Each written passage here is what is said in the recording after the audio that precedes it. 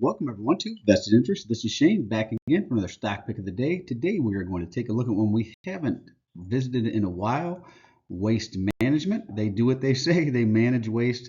It is Tuesday, June 6th. Let's jump right in the video. If you want to know more about them, check them out at their homepage, www.wm.com. Easy one to remember here.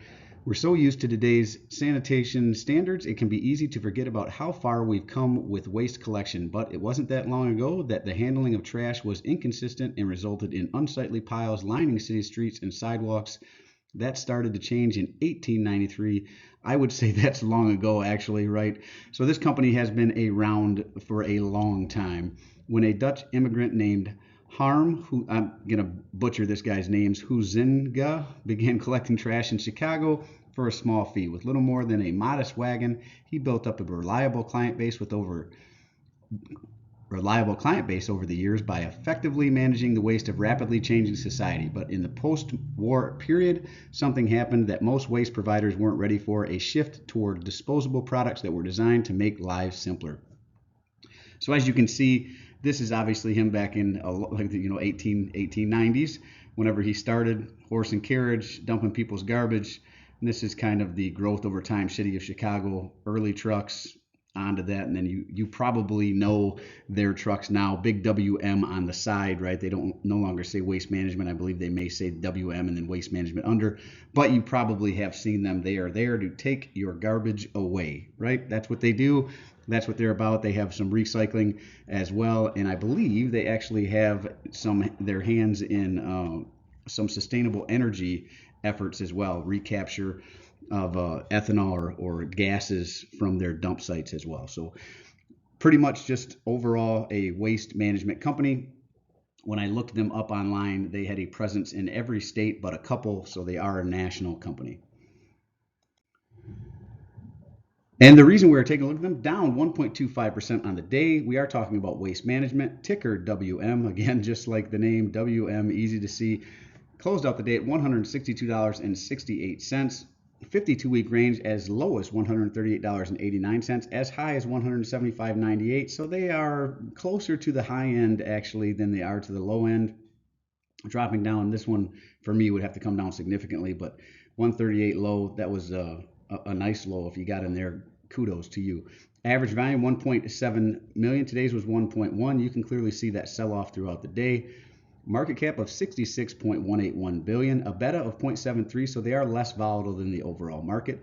And this is where things get a little wonky. Price to earnings PE ratio of $29.85 per share, very high. Right? That's higher than I'd like them. Definitely would have to come down a lot for me to be interested in this one. Earnings per share, EPS, sitting at $5.45 per share. That's nice. Earnings date, July 25th through July 30th or 31st. You'll see them sometime in there. For dividend, $2.80 paid out in the year. They are a quarterly payer. We'll see that here in a moment. Dividend yield to 1.7. That's another reason that I'd want them to pull back significantly. This is a low yield here, but if they were back at this 138, that would probably be in the 2 to 2.5 range, somewhere in there. And I'd like it much more around the 2.5 range. Ex-dividend date of June 1st, so they just passed their last ex-dividend date. If you were to buy them now, you would not be in line for the next dividend. They will pay out that dividend on June 16th. 1 year target estimate, at least according to Yahoo Finance, of $176.61 per share. So they see some potential upside in the stock price here. I like to go into statistics, look at dividend yield theory. That's another one of my metrics. You'll see my metrics at the end of this presentation, so stay tuned for that. But you go over and take a look, and this will be under statistics down at dividend and splits. Look at their 5-year dividend average, 1.74. Compare it to their current average, 1.7, or here, their forward, they call it, right? It's the same number, 1.7. And this number is lower than their 5-year average. So this speaks to some overvaluation. Not much. You could say it's almost fairly valued, but right now it's slightly overvalued according to dividend yield theory. If this number was lower than their 5-year average, it would be potentially undervalued according to dividend yield theory. Now, payout ratio is low, 48.53%. Anything under 50% is very nice. I like 75% or lower. As we said, ex-dividend date is already passed. They're going to pay out on June 16th. Another one you want to go into, financials. Now, there's a lot of information under financials here. You'll find their income statement, their balance sheet, you can look at their revenues, growing cash flow. That's what we like to look at. Dividends are paid out of cash flow, so I like to look at and see if it's growing over time. So 2019, $2 billion. 2020, $1.7 billion, dropped there from 2019 to 2020. Back up in 2021 at $2.4 billion. And 2022, a little bit of a drop again. So they kind of are, looks like they're a little cyclical. So you'd want to see what they're at 2022 into 2023. Overall, though, 2019 to 2022, it's actually down from where it was a few years back. So that's not necessarily great to see. It is growing. High PE on this one, like I said. Don't necessarily like that the dividend or the free cash flow is not growing. They are repurchasing stock. You can see that. Again, all this information brought to you by Yahoo Finance, not affiliated. And I always recommend more than one source. So another one that I like is stockanalysis.com. And of the 12 stock analysts they've had take a look at it, they call it a consensus buy. I actually disagree here. Again, I would like them much lower than they are currently. Back in the 130s would be ideal. 140s, maybe start a position and then nibble as it goes down. But this is a little rich for my blood with a PE, in the 20s. That's a little high for me. But anyways, they have a low estimate of $151. So they do see some potential downside here, and that would be a 7.18% decrease in the stock price. They have an average estimate of $175.17. This is pretty close to what we saw on Yahoo Finance, the previous page. That would be a 7.68% increase in the stock price. And if it happened to hit their high of $200, that would be a 22.94% increase. All the while, you could collect that 1.7% dividend yield. At least that's what it's at now. Now, this particular site, stockanalysis.com, offers you a lot of the same information, just in a different format. So financial statistics. And if you go in under statistics, one of the other metrics that I like to look at is return on equity and return on invested capital. That's ROE, return on equity, ROIC, return on invested capital. I like 10% or better, or in line with their industrial average. So you'd look at companies that are equivalent to Waste Management, other companies that deal in garbage, and see what theirs are. But you don't really have to do that here because it beats both of the metrics. I like return on equity, 32.4%. That's very high, above 10%, so very nice to see there. And return on invested capital is 10.8%, so above the 10% I like to see there. Let's jump over and take a look at their dividend. This is also brought to you by stockanalysis.com. And this one has a little higher payout ratio reading than the last one we saw from Yahoo Finance, 51.28, but still around that 50%, right? Has dividend growth of 10.2, so we like growing dividends over time. That's another one of my metrics there. Payout ratio under 75, so they meet that. So really, overall, this one is just slightly priced higher than I would like it. Like I said, I'm looking for more of a pullback on this one, down into the 140s, hopefully back into the 130s is where I would look for this one personally. If I was, it is on my watch list. It is a company I'm interested in owning long term at the right value. Now I went back to 2020. You can see here 54 cents and a fraction of a penny here. They jumped it up in 2021 to 57 cents and a fraction of a penny. Rode that till 2022 to 65 cents. And then the most recent raise here, March 9th, they raised it up to 70 cents. So they are growing, like I said, 10.2%. Very nice dividend growth over time.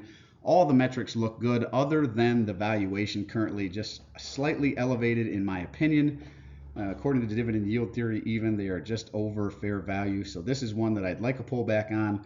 Everything else really checks out. Love the dividend growth, love the payout ratio, love all the other metrics except for where it sits as far as price per share. So 140s for me or under, and this is one that's on my watch list, but it will remain on my watch list until I get a better buying opportunity. This is my investment criteria. You can pause it and go through. I run through the videos almost exactly like this, right? Understand the business. That's why we start where we do, looking at the business overall. Growing free cash flow over time. You saw that on the first slide. Growing dividend. You saw that on the last slide. Dividend payout ratio of 75% or less, both the first and last slides. Check valuation based on dividend yield theory. We covered that. Buy below current cost basis or within 15% of 52-week low. It is not close to its 15% of 52-week low. That is what we're waiting on. Like I said, back in the 140s, hopefully dropping back into the 130s is where I'd love to see this. Return on invested capital and return on equity, we looked at that, both above 10%. And for financial companies, I look at price to book and near one or lower, right? 4 of the 7 must meet it to be investable, or if it's a financials, 5 of 8. That's my investment criteria. If it meets these, then I will do more of a deep dive, look at the revenue, look at the assets, debt to assets, right, to make sure that's good. Growing revenue over time, you want to look more into the deep dive there, but this gives me a good basis on whether or not I'm interested in the stock at all. Well, that is it for this one. That is Waste Management. Let me know what you think down in the comment section below. As always, appreciate you stopping by. If you haven't done so already, don't forget to show me some love. Hit that thumbs up, ring the notification bell. Most importantly, subscribe to the channel. Join us on this journey to financial freedom. Join the vested interest community, trying to build a community of like-minded dividend growth investors so we can share stocks like this. Share stocks we're watching, stocks we're purchasing, stocks we're avoiding altogether, right? In our other experiences as well. Maybe some stocks that we have played options on. I'm doing options now. So if you do that, go ahead and drop a comment down below. And if you have a suggestion for a future topic, a stock you'd like me to cover, go ahead and put that down in the comment section as well. I do personally read and respond to the comments. I'm always interested to read your questions, opinions, or like I said, suggestions for future topics. And this is Shane signing off, wishing peace and prosperity to you and yours. And remember, financial security comes to those who take a vested interest. Hey, thanks for stopping by, and we'll see you in the next one. I'm not a financial advisor. Nothing in this presentation should be considered financial advice. I'm only sharing my opinion. Investing in for educational and entertainment purposes. Investing involves risk. You can't lose money. You should never invest any amount not comfortable losing. Always do your own research. Invest based on your situation, circumstances, and select criteria, or seek advice from a certified financial advisor.